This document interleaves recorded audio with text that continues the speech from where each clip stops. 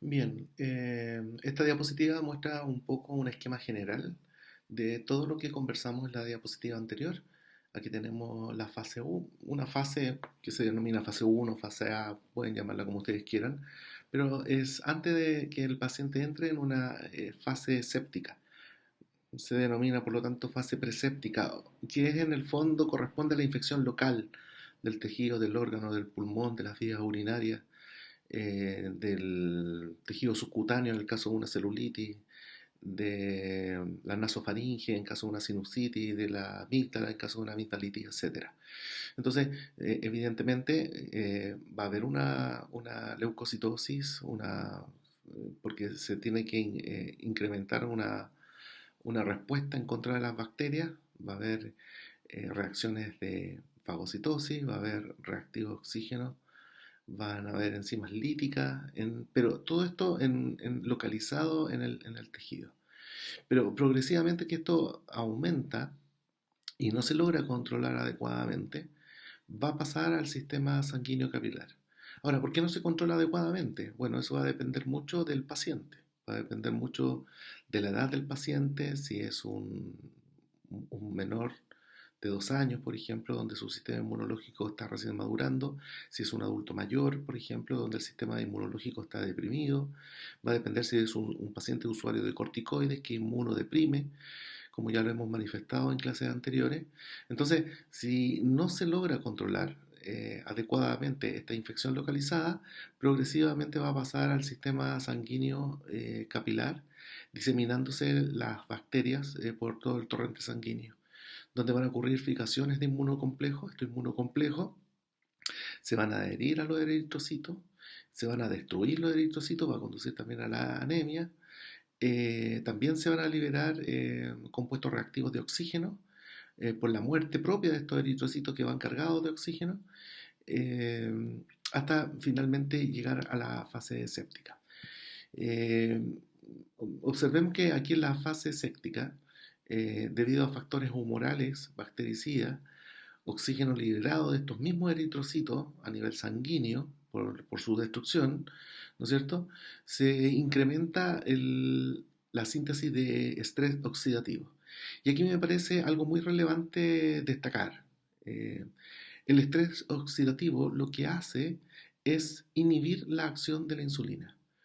Y por eso, y en ese contexto, siempre los pacientes que están con una sepsis, vamos a encontrar niveles glucémicos altos, vamos a encontrar una hiperglicemia. Y lo otro relevante es la albúmina, que se inhibe también su síntesis. Recuerden que en esta fase ya, o sea, desde aquí, desde el comienzo hasta el final, hay una fase que se llama fase de síntesis aguda de proteína. Entonces se incrementan muchos tipos de proteína con excepción de la albúmina. Y como ya lo hemos mencionado en varias oportunidades, la albúmina retiene el agua dentro de los vasos sanguíneos. Por lo tanto, evita que escape el plasma sanguíneo hacia al tercer espacio, fuera, digamos, de los capilares. Por lo tanto, un paciente que está en un estado séptico se explica de alguna u otra forma un poco esta extravasación de líquido por la falta de albúmina. Entonces, estos dos aspectos a mí me parecen relevantes. Ya la inhibición de la insulina y de la síntesis de albúmina por este estrés oxidativo. No olvidar, evidentemente, que este eh, estrés oxidativo, esta liberación de compuestos reactivos de oxígeno, va a desembocar también en la síntesis de óxido nitroso, ¿no es cierto?, que va a generar una vasodilatación generalizada.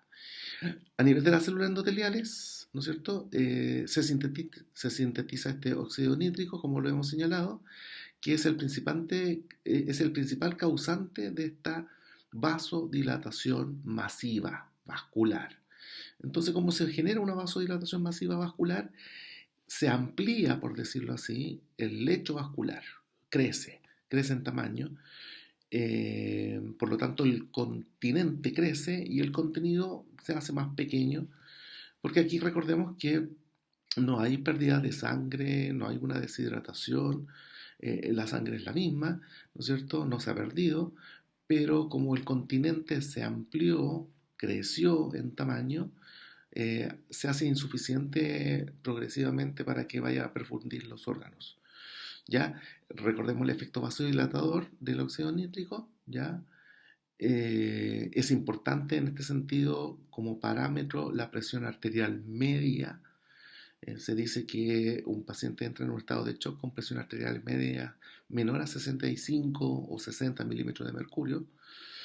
Hay una liberación masiva de óxido nítrico, por lo tanto la resistencia vascular sistémica disminuye. Y por lo tanto, si disminuye la presión arterial vascular sistémica, también va a disminuir la presión arterial.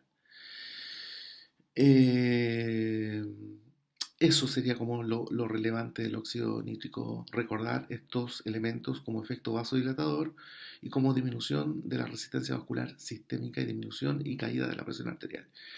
Y por otra parte, también en la fase séptica se va a promover un estado protrombótico, ¿ya? Esto está dado básicamente por citocinas, está dado por también los compuestos reactivos de oxígeno, que van a incrementar la expresión del factor tisular, que es el inicio para iniciar la cascada de la coagulación, ¿ya? El factor tisular, mientras se pone el factor tisular se encuentra como en el espacio subendotelial.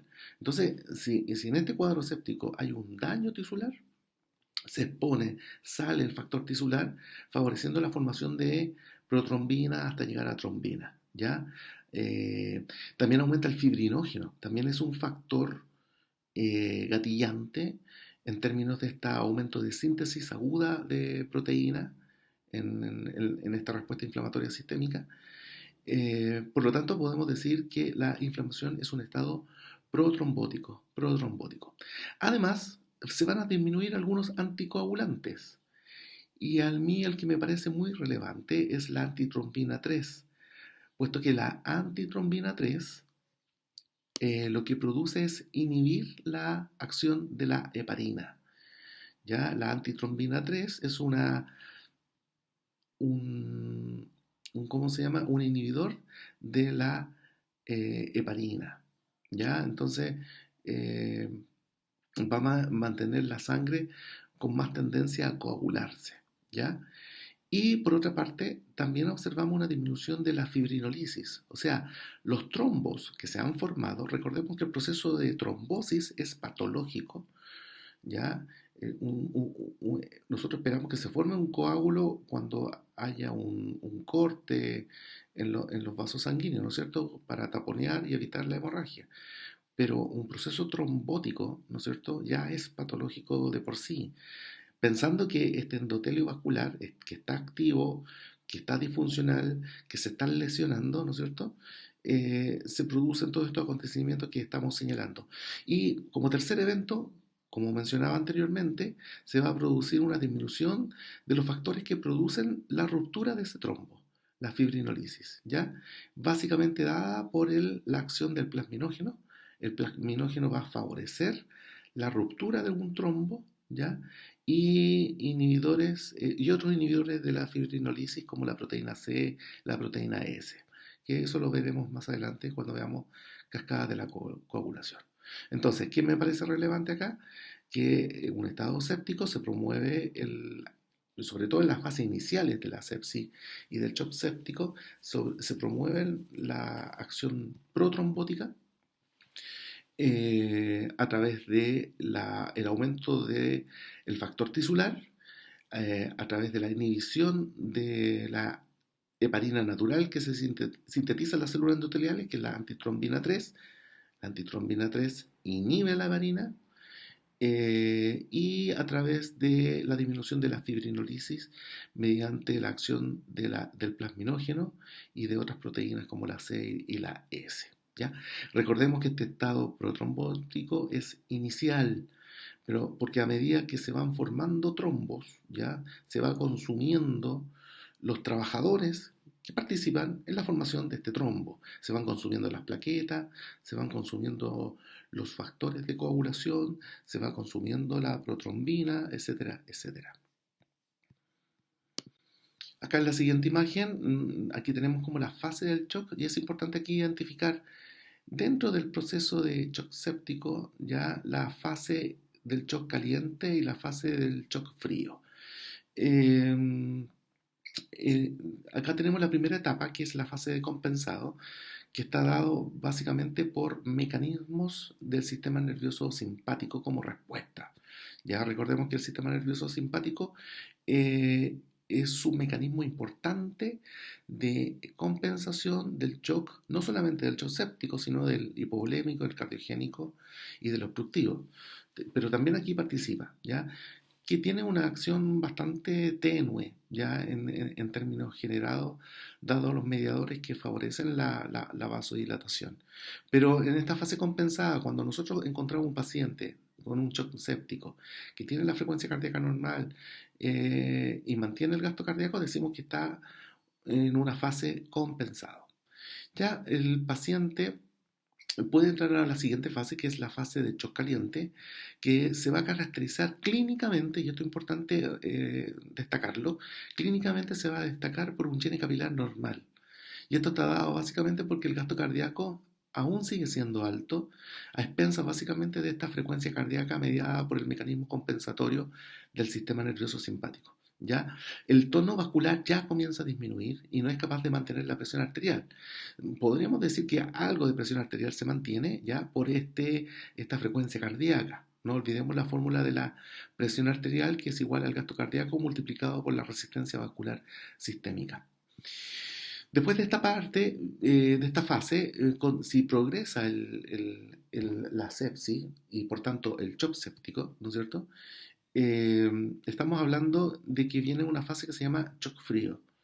Y en el shock frío se caracteriza porque aquí disminuye ya definitivamente el gasto cardíaco, el tono vascular ya como neutro, ya mantiene la cantidad, la presión arterial, pero la característica clínica del shock frío es cuando nosotros observamos un paciente con un llene capilar más prolongado, más de 2 segundos, pueden llegar incluso hasta 5 segundos.